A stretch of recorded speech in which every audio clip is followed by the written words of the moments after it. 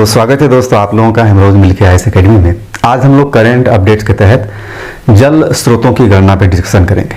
आपको बता दूं कि भारत में पहली बार जल स्रोतों की गणना की गई और उसका रिपोर्ट भी जारी कर दिया गया है 23 अप्रैल 2023 को।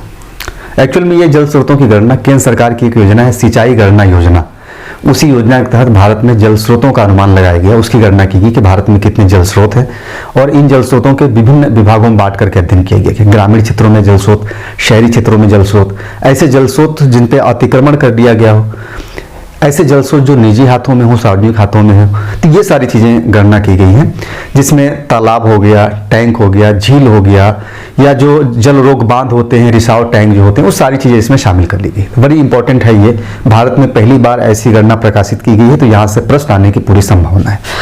तो इसको बोलते हैं हम लोग जल जनगणना, या इसी को बोला जाता है जल स्रोतों की गणना। जल स्रोतों की गणना, ध्यान रखिएगा। इसकी रिपोर्ट आई है 23 अप्रैल 2023 को। ये डेट तो नहीं पूछेगा, इसे याद नहीं रखना, मैं इसे बता रहा हूं ताकि आपको पता रहे कि ये कब का डाटा है। और एक्चुअल में यह जो गणना पेश की गई, जो रिपोर्ट पेश किया गया है, जल एवं शक्ति मंत्रालय के द्वारा, सॉरी जल शक्ति मंत्रालय, जल एवं नहीं है, जल शक्ति मंत्रालय, जल शक्ति मंत्रालय के द्वारा, ध्यान रखिएगा।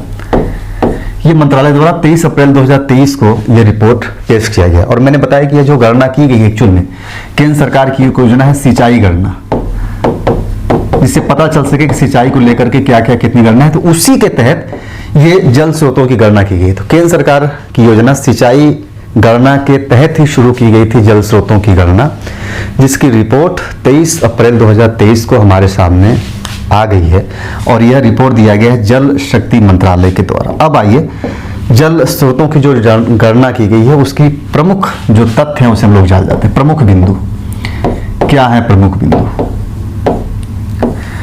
देखिए, पहली चीज तो क्या है कि इसमें कि जल संसाधनों की व्यापक सूची प्रदान की गई है इस रिपोर्ट में। जल संसाधनों की व्यापक सूची प्रदान करती है,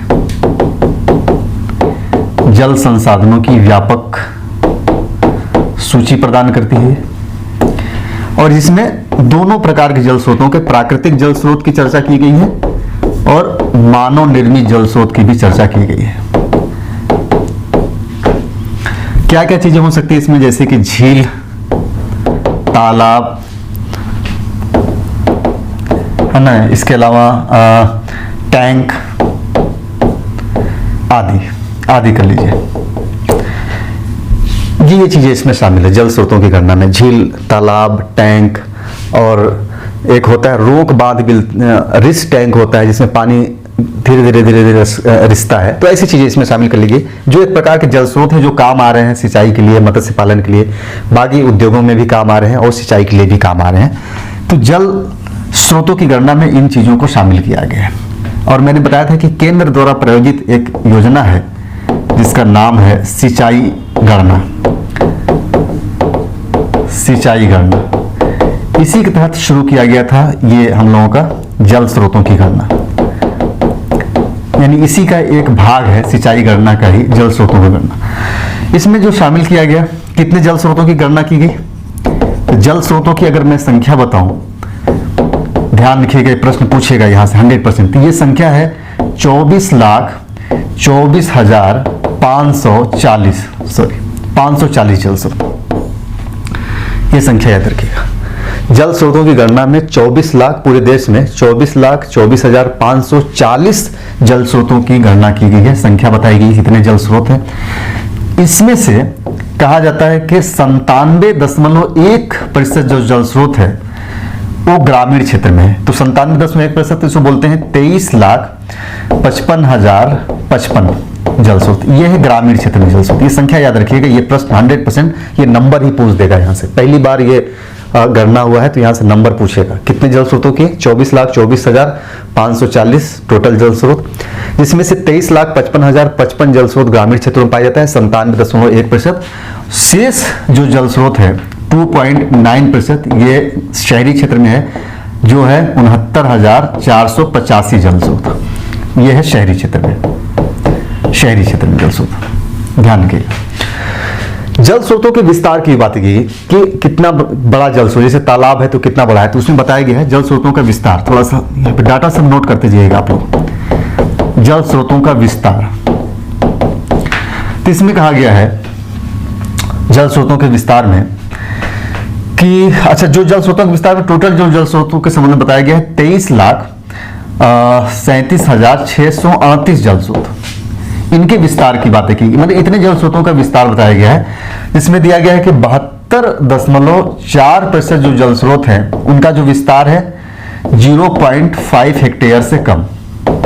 सबसे ज्यादा यही जल स्रोत है, छोटे जल स्रोत है। यानी कुल 23,37,738 जल स्रोतों के विस्तार के संदर्भ में जानकारी दी गई, जिसमें से बताया गया कि 72.4% जो जल स्रोत है उनका जो विस्तार है यानी जो एरिया है वो 0.5 हेक्टेयर से भी कम है।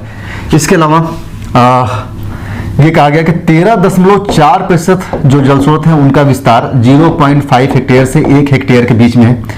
फिर इसके अलावा 11.1% जल स्रोतों का विस्तार 1 से 5 हेक्टेयर के बीच में है और 3.1% जल स्रोतों का विस्तार 5 हेक्टेयर से अधिक है। ध्यान रखिएगा, 5 हेक्टेयर से अधिक, ये मिलाने के लिए भी आ सकता है जल स्रोतों के विस्तार को लेकर के कि कौन है सबसे छोटा, सबसे ज्यादा है, फिर उससे बड़ा कम, उससे बड़ा कम, सबसे बड़ा जल स्रोत कम है। ये इजी वे में याद रखिएगा, बस परसेंटेज थोड़ा सा ध्यान रखिएगा।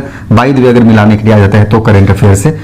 इसके अलावा देखिए इन जल स्रोतों में जो मानव निर्मित जल स्रोत है, टोटल जो ऊपर मैंने बताया था 24 लाख वाला, उसमें से मानव निर्मित जल स्रोत है 78% और प्राकृतिक जो जल स्रोत है वो है 22%। ध्यान रखिएगा, मानव निर्मित जल स्रोत 78% सबसे ज्यादा है, प्राकृतिक जल स्रोतों की संख्या है 22%। अब इसमें भी थोड़ा और ये देख लेते हैं शहरी और ग्रामीण। अच्छा, सबसे पहले देख लेते हैं सर्वाधिक जल स्रोत कहां पाई है, किस राज्य में, वेरी इंपॉर्टेंट।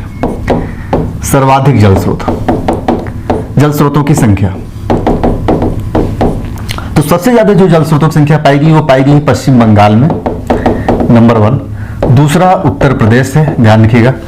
तीसरा आंध्र प्रदेश है, चौथा उड़ीसा है और 5वां आसाम है। कहते हैं कि इन 5 राज्यों में देश का कुल 63% जल स्रोत पाया जाता है। सबसे ज्यादा जल स्रोत पश्चिम बंगाल, और जल स्रोतों के मामले में पश्चिम बंगाल हर तरीके से आगे है। आप देखेंगे हर डाटा में इस नंबर 1 पाएगा पश्चिम बंगाल। तो सर्वाधिक जल स्रोत कहां पे है, पश्चिम बंगाल। दूसरा अपना यूपी है, ध्यान रखिएगा। तीसरे नंबर पर आंध्र प्रदेश। 3 कम से कम याद रखिएगा, 2 याद रखते हैं तो और अच्छा है, उड़ीसा और असम। कुल 63% पाया जाता है इन 5 राज्यों में टोटल जल स्रोतों का, सर्वाधिक जल स्रोत। अब देखिए शहरी क्षेत्रों में सबसे ज्यादा जल स्रोत किस राज्य में है। जब शहरी क्षेत्र में सबसे ज्यादा जल स्रोत की बात करेंगे तो आप पश्चिम बंगाल को सबसे ऊपर रखिए, ताकि हर डाटा में सबसे आगे पश्चिम बंगाल, उसके बाद तमिलनाडु, उसके बाद केरल, अपना यूपी चौथे नंबर पे। ध्यान रखिएगा, 5 अगर लिखना हो तो एक लास्ट में है त्रिपुरा। शहरी क्षेत्रों में सर्वाधिक जल स्रोत पश्चिम बंगाल, तमिलनाडु, केरल और चौथे नंबर पे यूपी है। मैंने शहरों में, आपको पता है शहरों में जल स्रोतों की संख्या कम होती है, गांव में सबसे ज्यादा होती है। और आइए ग्रामीण क्षेत्रों में सर्वाधिक जल स्रोत किन राज्यों में है, तो ग्रामीण क्षेत्रों की बात करें तो यहां भी मैंने बताया पश्चिम बंगाल हर में ऊपर है, पश्चिम बंगाल। फिर दूसरे नंबर पे अपना है यूपी, उत्तर प्रदेश। उसके बाद तीसरे नंबर पे है आंध्र प्रदेश, 3 याद रखिएगा। चौथे नंबर पे है ओडिशा और 5वें नंबर पे है आसाम। तो ग्रामीण क्षेत्रों में सबसे ज्यादा जल स्रोत पश्चिम बंगाल में है, दूसरे नंबर पे यूपी है और शहरी क्षेत्रों के मामले में यूपी है चौथे नंबर पे, ये ध्यान रखिएगा। ठीक है, अब आइए जो जल स्रोत है, सर्वाधिक जल स्रोत किस रूप में है, तो ध्यान रखिए सबसे ज्यादा जल स्रोत तालाब के रूप में है। कितना, 59.5%। उसके बाद टैंक है 15.7%। उसके बाद जलाशय है 12.1%। उसके बाद जो जल संरक्षण योजनाएं हैं, जल संरक्षण योजनाएं इसमें होता है रिसाव टैंक और रोक बंद, यही सब शामिल होता है जल संरक्षण योजनाएं में। और इनका प्रतिशत है जो है कि 9.3%। इसके बाद झील है और झील है 0.9%। फिर अन्य अगर डालेंगे तो हो जाएगा 2.5%। तो सर्वाधिक जो जल स्रोत पाए गए वो तालाब के रूप में पाए गए, फिर टैंक के रूप में, फिर जलाशय के रूप में। ये चीज ध्यान रखना है आपको, बाकी ये छोड़ दीजिए, नहीं भी ध्यान रखेंगे तभी काम चल जाएगा। लेकिन ध्यान रखिए, अगर पूछ दे सर्वाधिक जल स्रोत किस रूप में पाए गए, तालाब के रूप में, उसके बाद टैंक, उसके बाद जलाशय के रूप में। अच्छा, एक चीज और देख लेते हैं डाटा हम लोग के निजी स्वामित्व में जल स्रोत, जो निजी स्वामित्व यानी प्राइवेट, अपना निजी व्यक्ति, तो निजी स्वामित्व में जो जल स्रोत है वो माना जाता है कुल जल स्रोतों का 55.2% जल स्रोत है। और ये जल स्रोत किसके पास है? निजी स्वामित्व वाला सबसे ज्यादा किसानों के पास है। ध्यान रखिएगा, खेती करने के लिए किसानों ने अपना बोरिंग करवा लिया है, तालाब बनवा लिए हैं, जलाशय उन्होंने बनवा लिया है कृषि के लिए, तो सबसे ज्यादा। सार्वजनिक स्वामित्व यानी सरकार के रूप में अगर हम लोग बात करेंगे तो सार्वजनिक स्वामित्व के रूप में कहते हैं कि 44.8% जल स्रोत है। और आपको बता दूं कि सार्वजनिक स्वामित्व में भी सबसे ज्यादा जल स्रोत किसके पास होगा? पंचायत के पास होगा, पंचायतों के पास है ना। जो पंचायत, सरकारी तालाब है पंचायत का, सरकारी बोरिंग है पंचायत का, तो दूसरे नंबर पे पंचायत है। सार्वजनिक स्वामित्व में सबसे ज्यादा पंचायतों के पास है। टोटल कितना है? 44.8% जल स्रोत। और निजी स्वामित्व में किसानों के पास है, जिन्होंने अपना जो है कि बोरिंग वगैरह, तालाब वगैरह बनवा रखा है किसानों के पास। एक डाटा और है कि शीर्ष निजी स्वामित्व वाले राज्य कौन से हैं? निजी स्वामित्व वाले राज्य जिनके पास जल स्रोत अधिक है, तो उसमें भी पश्चिम बंगाल नंबर 1 पे है, उसके बाद असम है, फिर है आंध्र प्रदेश, उसके बाद है ओडिशा। यूपी इसमें शामिल नहीं है, तो ध्यान रखिएगा। पश्चिम बंगाल में सबसे ज्यादा निजी स्वामित्व वाले जल स्रोत हैं, किसान वहां पे खूब अपना बनाए, फिर आसाम में, फिर आंध्र प्रदेश में, फिर उसके बाद उड़ीसा में। ध्यान रखिएगा। आइए, जल स्रोतों का जो सर्वाधिक उपयोग होता है वो होता है मत्स्य पालन में। मत्स्य पालन में नंबर 1, नहीं सॉरी, सर्वाधिक उपयोग होता है, रुकिए सॉरी, एक डाटा यहां पे गलत है। सिंचाई में मत्स्य पालन दूसरे नंबर पर सर्वाधिक उपयोग होता है जल स्रोतों का सिंचाई में, उसके बाद दूसरे नंबर पर होता है मत्स्य पालन में। मत्स्य पालन में ध्यान रखें।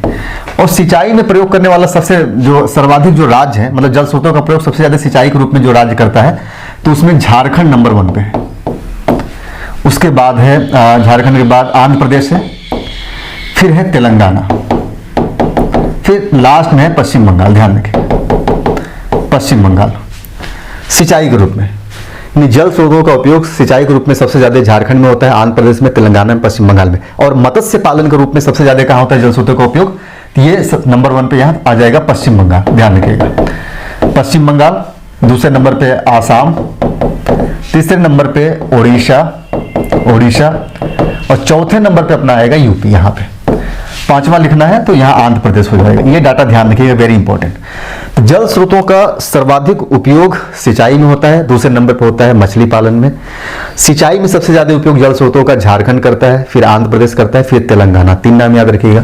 और मत्स्य पालन में जल स्रोतों का उपयोग पश्चिम बंगाल पहले नंबर पे, आसाम, उड़ीसा और यूपी है अपना चौथे नंबर पे, जहां पे मछली पालन में जल स्रोतों का उपयोग बड़ी मात्रा में किया जाता है। अब इसके अलावा एक डाटा और बच रहा है, अतिक्रमण से जुड़ा हुआ डाटा भी जल गणना में दिया गया है। और यह डाटा यह है कि जो अतिक्रमित हो गए हैं, अतिक्रमण जो जल स्रोत हो गया, आप लोग गांव में देखे ना, तालाब वगैरह जो पास में रहा, मिट्टी पाट के अतिक्रमण कर लिया, कब्जा कर लिया, क्योंकि सरकारी होता है, तो अतिक्रमण सबसे ज्यादा पाया गया। जल स्रोतों का जो अतिक्रमण हुआ वो है 1.6% जल स्रोत, इनका अतिक्रमण हो चुका है। और कहते हैं कि 38,496 जल स्रोत हैं, ये संख्या ध्यान रखिएगा। और इसमें बताया गया कि 38,496 जल स्रोतों में सबसे ज्यादा जो अतिक्रमण हुआ है वो हुआ है ग्रामीण क्षेत्रों में, और शहरी क्षेत्रों में हुआ है सिर्फ ग्रामीण क्षेत्रों में। अगर परसेंटेज निकालेंगे तो 95.4%, और शहरी क्षेत्रों में जो अतिक्रमण हुआ है 4.6%। ये डाटा ध्यान रखिएगा। टोटल जो जल स्रोत है उसमें 1.6% अतिक्रमण हो गया है, जो निकाला गया 38,496 जल स्रोतों का अतिक्रमण किया गया है, जिसमें गांव में 38,496 में 95.4% गांव में अतिक्रमण किया गया है और 4.6% शहरों में अतिक्रमण किया गया है। तो उम्मीद है कि ये जो जल गणना आया है इसे आप समझ पाए होंगे और यहाँ से लाभ उठाएंगे। एक प्रश्न यहाँ से बनता ही बनता है, थोड़ा सा दिमाग पे डालेंगे सारी चीजें हो जाएगी। कुछ चीजें, हालांकि मैंने बहुत सारी चीजें बता दी, आसान सा क्वेश्चन पूछ देगा, कितने जल स्रोतों की पहचान की गई, सर्वाधिक जल स्रोत कहाँ है, किसने इस रिपोर्ट को जारी किया गया, ऐसे प्रश्न आता है। तो आप लोग इसे ध्यान रखिएगा।